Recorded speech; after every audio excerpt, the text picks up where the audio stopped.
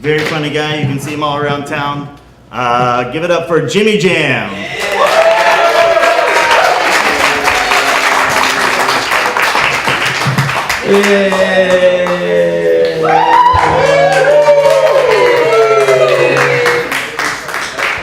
I used to open with how I look like CeeLo, but now I have stupid facial hair, so that joke no longer works. So we'll just get into it. I have a neighbor that owns a domesticated wolf. It's a real thing. Let me describe this for you. From far away, the wolf looks like a husky. And then you get closer and your body seizes up. And it looks like a husky that signed a pact with the devil. And every time I'm hanging out with my friend, he's like, hey man, you need to calm down because the wolf can sense fear. And I'm like, that is correct.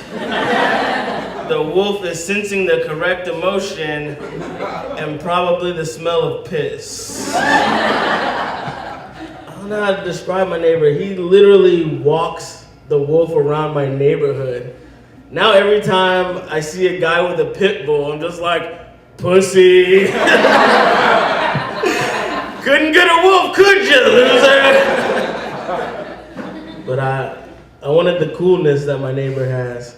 So I went online and I researched what it takes to own one. And here's the big red flag that I found.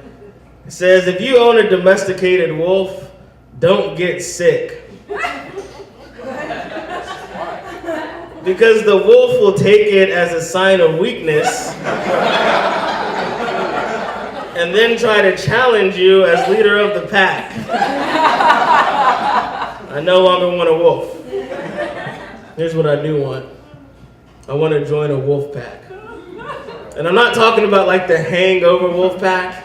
I'm talking about like an actual pack of wolves. I know they accept humans because if they see a little baby, they will raise it as a wolf, just like Mowgli. But I'm a grown man. I have a lot more skills than a baby. I'm gonna bring a lot to the wolf table. I'm like, hey man, you guys wanna get in that hen house? I can get you in the hen house every time. Look at that latch. Look at these thumbs. That latch is not a problem for me.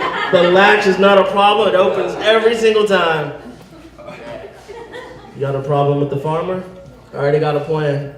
Here's what I'm gonna do. I'm gonna walk up to the door, I'm gonna knock, and I'm like, hey, look, Mr. Farmer, my car broke down the road. Can I use your phone? Can I get some help? And he's like, hey man, I don't even see a car. And I'm like, oh yeah, the car is right behind this pack of wolves. Yeah, it's a stretch. It's a weird joke. I don't like pay it forward. You guys know what that is? You know when the person in front of you pays for your meal in the drive-thru? I hate it, because I'm too self-conscious. Anytime it happens, I just imagine the person in front of me looking in his rear view mirror like, oh, look at that loser. Oh yeah, we need to put something good in his life. Then when I go to the window, instead of being happy, I get all self-conscious.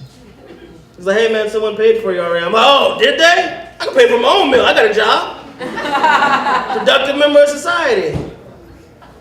I don't know. Nobody's going through the drive-thru. It's not already ready to pay for their own meal. Nobody has that much faith in society. I'm just gonna go on through. I know someone's gonna get me. I'm just gonna go on through. Hey, excuse me, sir, that'll be $8.45. Oh, will it? See, there's something called pay it backwards. That guy's doing his good deed for the day. He doesn't even know it.